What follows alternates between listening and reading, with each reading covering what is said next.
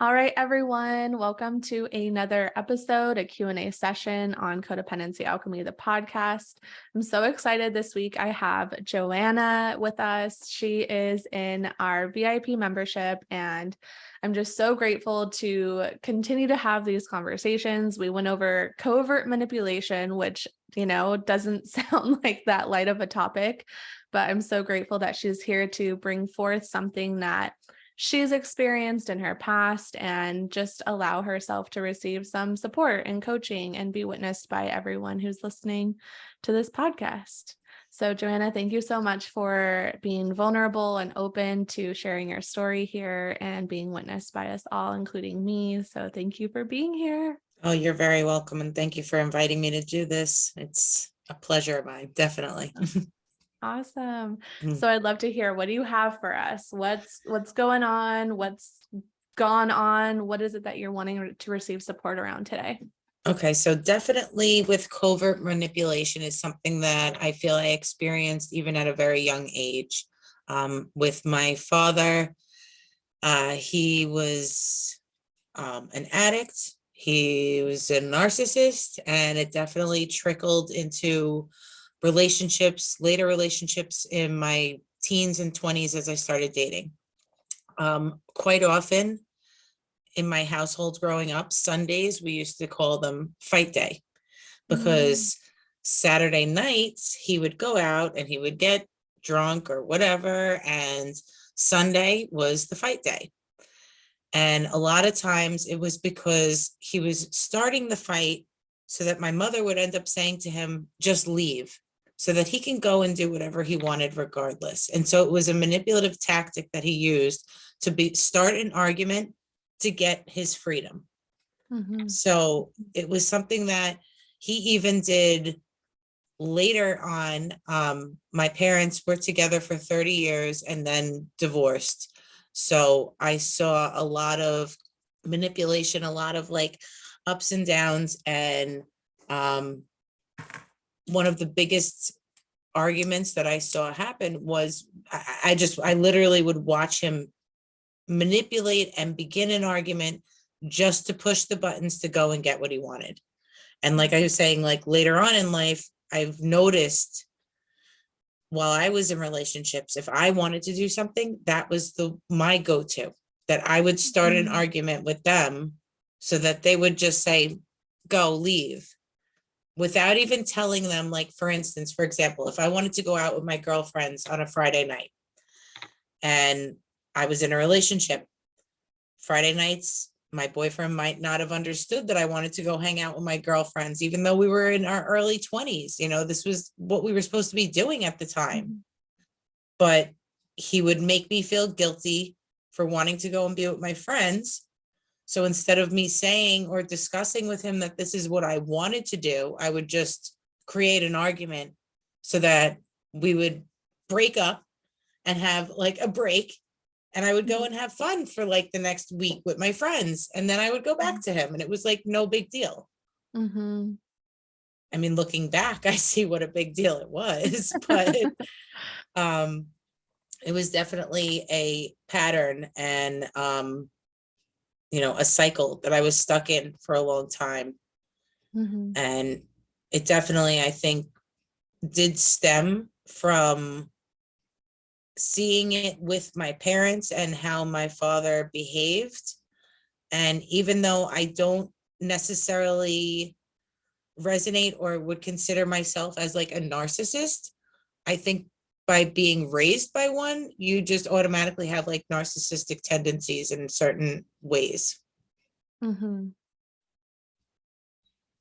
So yeah, I have had this conversation with a few people in the past. Like, codependency and narcissism is kind of two sides of the same coin, meaning that, with codependency, we tend to think that everything and anything wrong or bad that's going on is our fault, right? Like, oh, someone's upset, that must be my fault. Oh, someone's unhappy, that must be my fault. Like, we think that everything is because of something that we're doing or not doing, which kind of goes into what you were sharing about past relationships, like the guilt that you were feeling, right? He obviously was probably acting or behaving in a way that you took personally and allowed yourself to then take that guilt on, right? Oh, he's acting or being in this way. It must be because I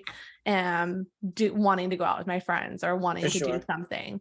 And so, yeah, I think, I don't say that to go throw us, codependent souls into a wormhole of, more guilt and shame, but it's just like being aware of how you might be thinking that anything that other people are feeling or any way that other people are acting that is, uncomfortable, that it doesn't always have to mean that you are the creator of that discomfort. And I think that or responsible. Yeah, exactly. Like you experienced in your childhood, I also experienced in my childhood. I'm sure a lot of people listening to this can relate that we were responsible for other people's emotions. We were responsible for other people's feelings. And those other people were probably our parents. For some of us, it was even our siblings, right? Because we were parentified at a very young age. So that was something that we had to do. It's hard to get out of that when you're an adult and you're experiencing adult relationships, because that's how you've learned how to relate. So Definitely. It's like breaking down, relating in a different way. And it's, hey, I'm going to go out with my friends. He doesn't like that. I trust his resilience to move through that discomfort. Right. And now, as I'm a parent, realizing certain things that I'm instilling in my child and being mindful and conscious of certain behaviors to not continue, and it's funny because like when you are a kid and your parents say like, the argument, it's not your fault, or, the relationship's having a problem, but it's not your fault as a child. As a parent now, it's so hard because, and let me be like careful with my words right now, because it's like, you don't want to say it's the child's fault, but at the same time, raising a child is very frustrating.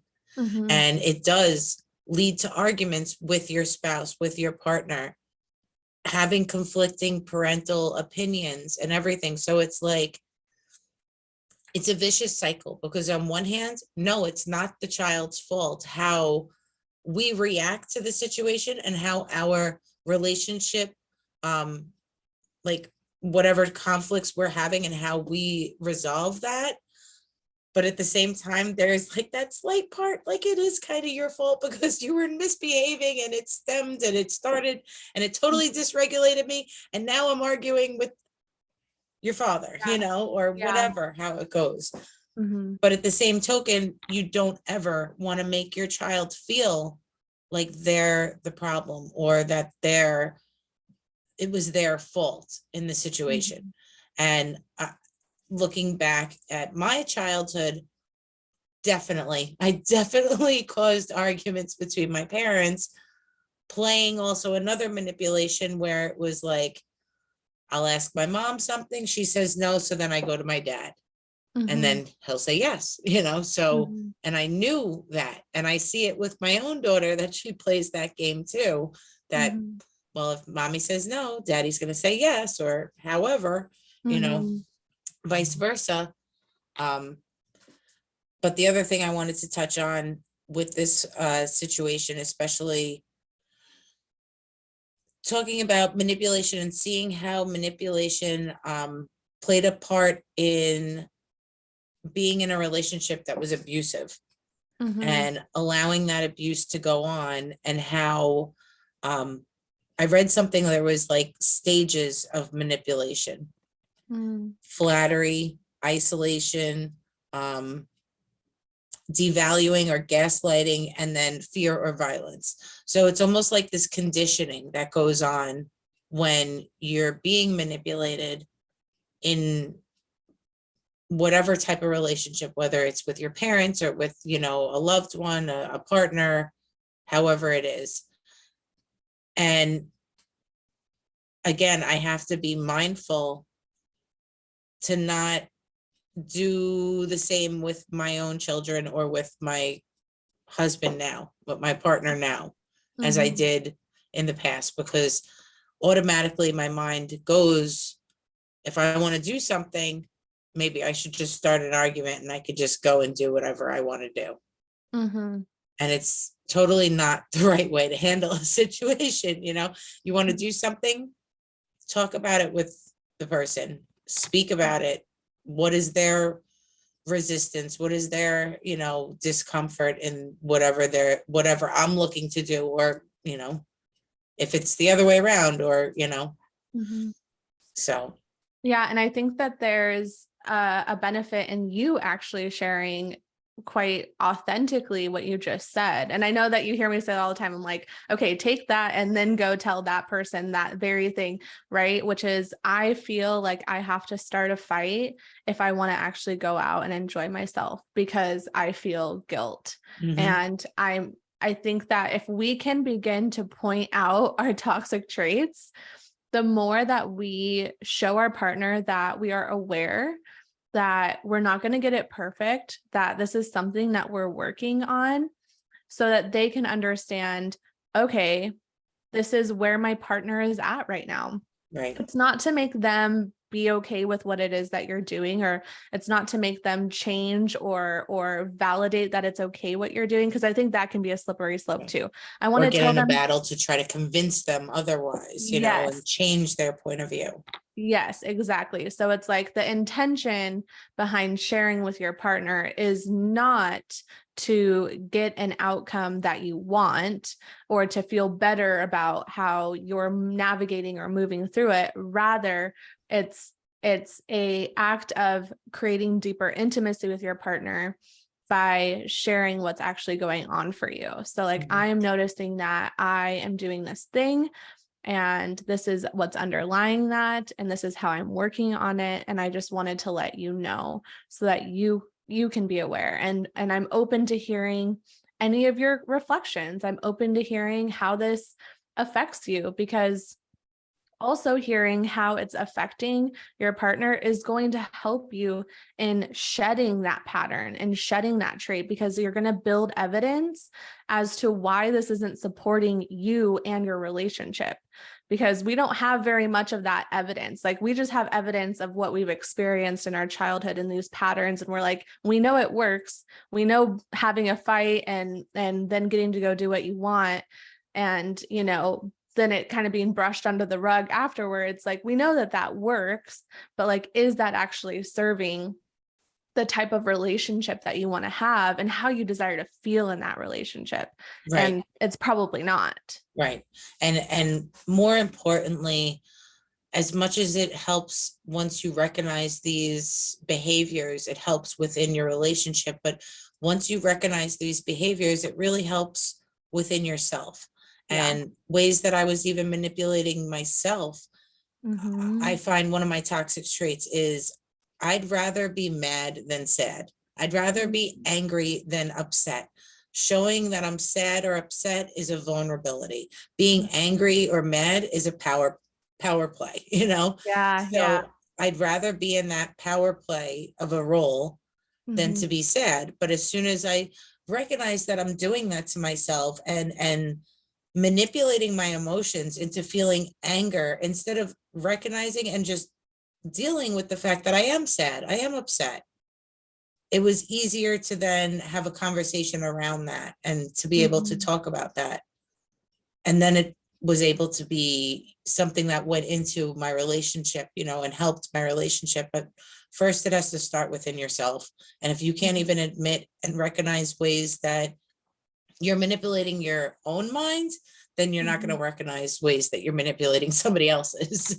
Yeah, absolutely. And that's why these spaces, like the space that we've created in codependency alchemy, is so important, because it allows us to have that opportunity to be witnessed in that pattern and that tendency, and one, like also not feel alone in it. It's like, oh shit, I'm not the only one doing this fuck shit. That's great.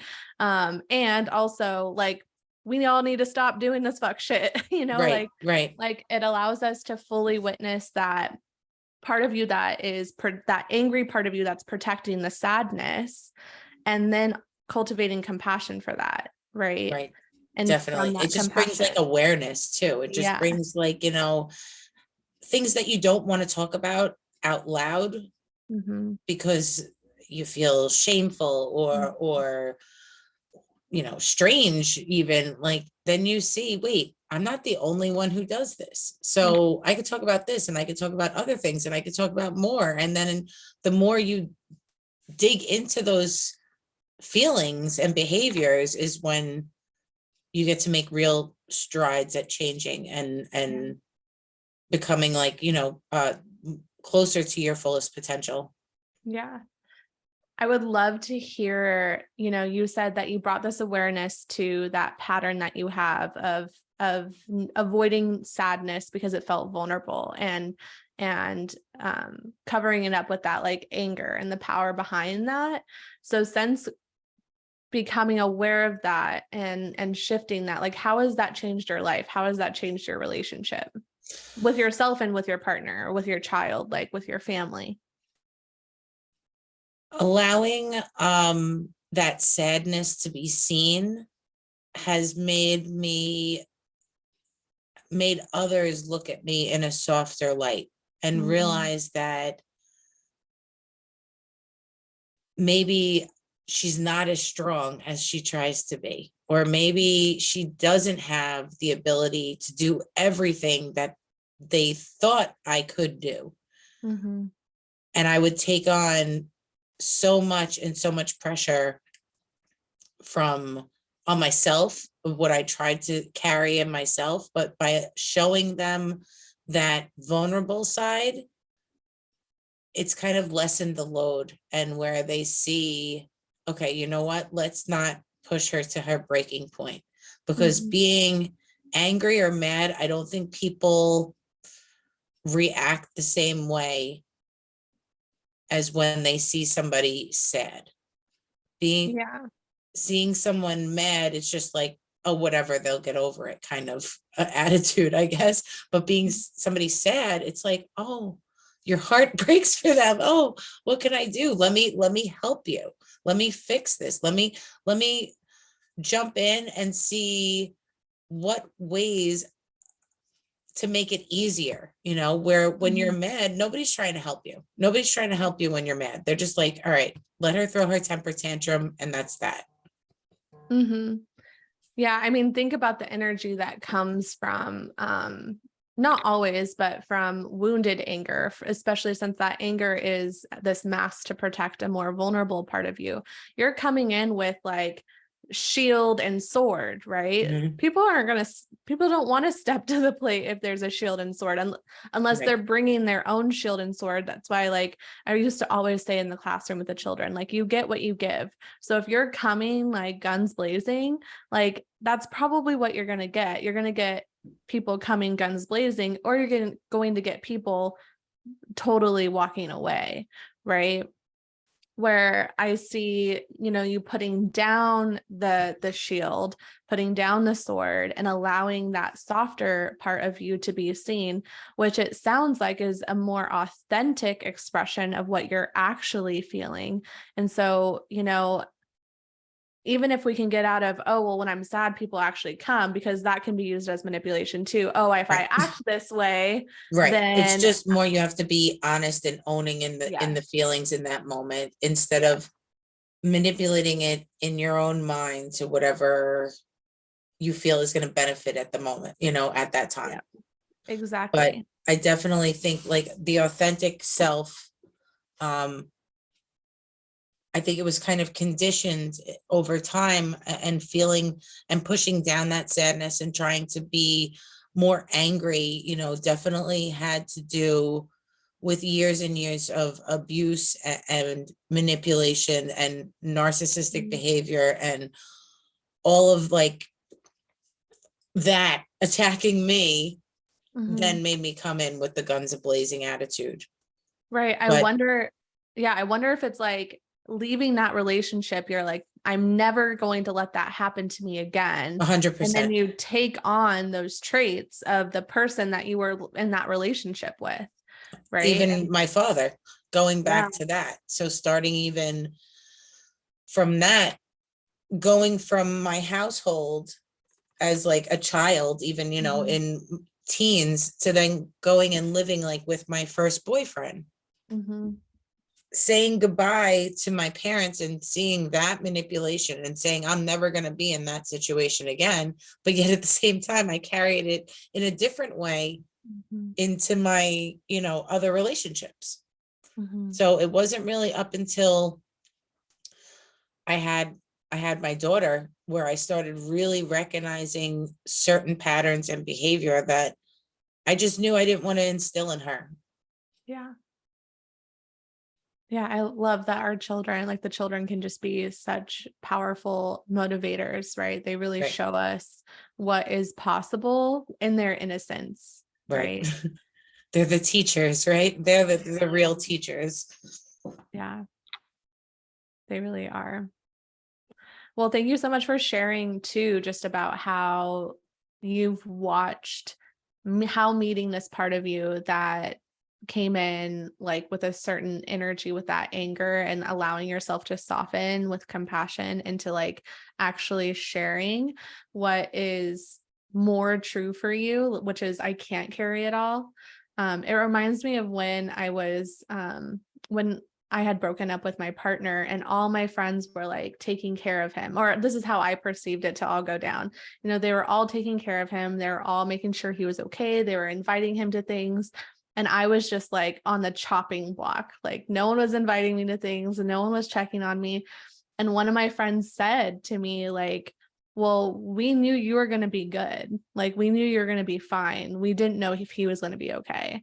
And I was like, but I'm not fine, Right. like I was also going through a lot. And it reminds me of what you were sharing of like we we as in people who maybe had to take on a lot of responsibility as a child and taking care of others and being responsible for others' feelings, we have this facade that we put on that we're okay, that we're strong, that we're resilient. And it's not that we're not those things, but we're also the soft, squishy part too. We're also the vulnerable part. We're also the part that needs community and love as well. Right. And it really, I think, propelled me into reminding myself how important it is to be honest with where I'm actually at and to allow people to see me not be okay sometimes so that I can be met with where I'm actually at. Mhm. Definitely. And don't get me wrong, this is still a major process. Oh Healing yeah. is never done. Healing is No. never complete. And I still have plenty of moments where I'm like rip roaring mad because I'm sad. Yeah.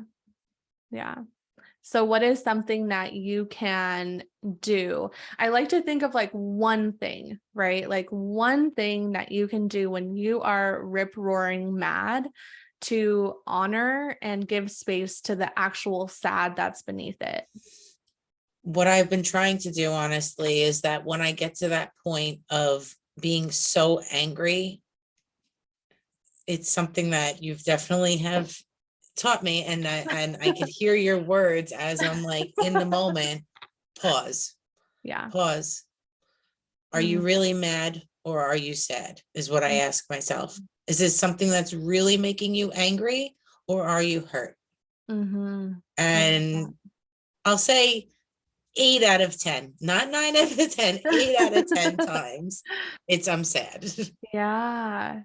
What a beautiful awareness. Yeah. Eckhart Tolle says all it takes is one conscious breath.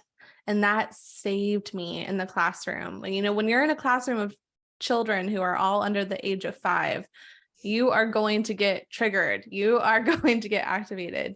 And I would remember that pause that you're talking about, one conscious breath that allows me to pause just long enough to even consider or even ask what's really going on right now. Right. When And I even take, like with my child, in the moments that I see her and she's flipping out and whatever, she's throwing a tantrum, and right away you try to like, you feel your energy matching theirs, and you're Mhm, getting overexcited and over anxious and all those things.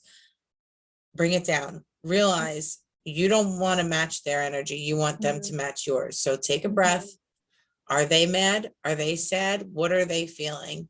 mhm. Try to recognize it, because most of the time it's their hungry, tired, like Basic hot need not sweat. met. Yeah, exactly. Just Yeah. dysregulated, just Mhm, dysregulated. And as kids, you don't realize what your needs are, what mhm. exactly is something that you need to make it better. Right. And for me as a child, I don't think, let me back it up. My parents, I think, were children raising children. They were Yeah. very young when they had me. My mom was 23, my father's 24. In that time, that's what they did. But Mhm, now looking back, like if I was 23, 24 with a kid, no way. No way. I did not mhm. have the mentality to be a a parent that was guiding a child to have a healthy mentality. Like, not at all, not at Yeah. all. So I forgive them for what they, they did their best for what they had, Mhm, but I know that it wasn't something that was being instilled in me from a young age, and now I have to redo it. But mhm. it's something that I have the opportunity to try to instill in my child, Yeah. so that, like the reel I shared this morning, so that when she's Yeah. 20, she's not going and trying to find herself again. Yeah. I love that you're bringing that here because I think that we can get really hung up on the fact that we didn't get the love or the safety or the protection or the guidance that we deserved as children. But to your point right there, can we see how it's a part of what we get to instill moving forward? Because we experienced, I don't want to say like the worst of the worst, but we experienced a major upheaval of our sovereignty, of our full knowing of who we are and our gifts, and a lot of it was shoved down, and we experienced it to such intensity that we refuse to let any soul comes after us to experience that same thing, because we Right. know it intimately, right? And being an adult, that you still harp on things that your parents did that they didn't know wasn't good enough at the Yeah. time is a manipulation. You're just manipulating and giving yourself an excuse as to why you're not doing good enough now. Hmm. Like, there is no excuse. You're aware, so change it. Yeah. And some of us are still becoming aware, like being gentle with ourselves in the Right. process. Like, Right. we all Forgiving have, yourself for things you didn't know. yeah, exactly. And the grace, right? The Mhm. grace to know that you didn't know what you didn't know before today. Now that I think Maya Angelou says, like, now that I know better, I can do better. Right. And, sometimes I know better and I still don't do better. Right. And instead of shaming or guilting myself, I ask myself, what lesson can I take away from this? Like, what lesson can I take away from me doing that thing that I know better about not doing? Um, because everything is here to teach us. I truly believe that. I believe every time we make a, quote unquote wrong choice, I don't believe that they're actually wrong. I believe that we make those choices because we're meant to see something more clearly. And sometimes those choices lead to really uncomfortable upheavals.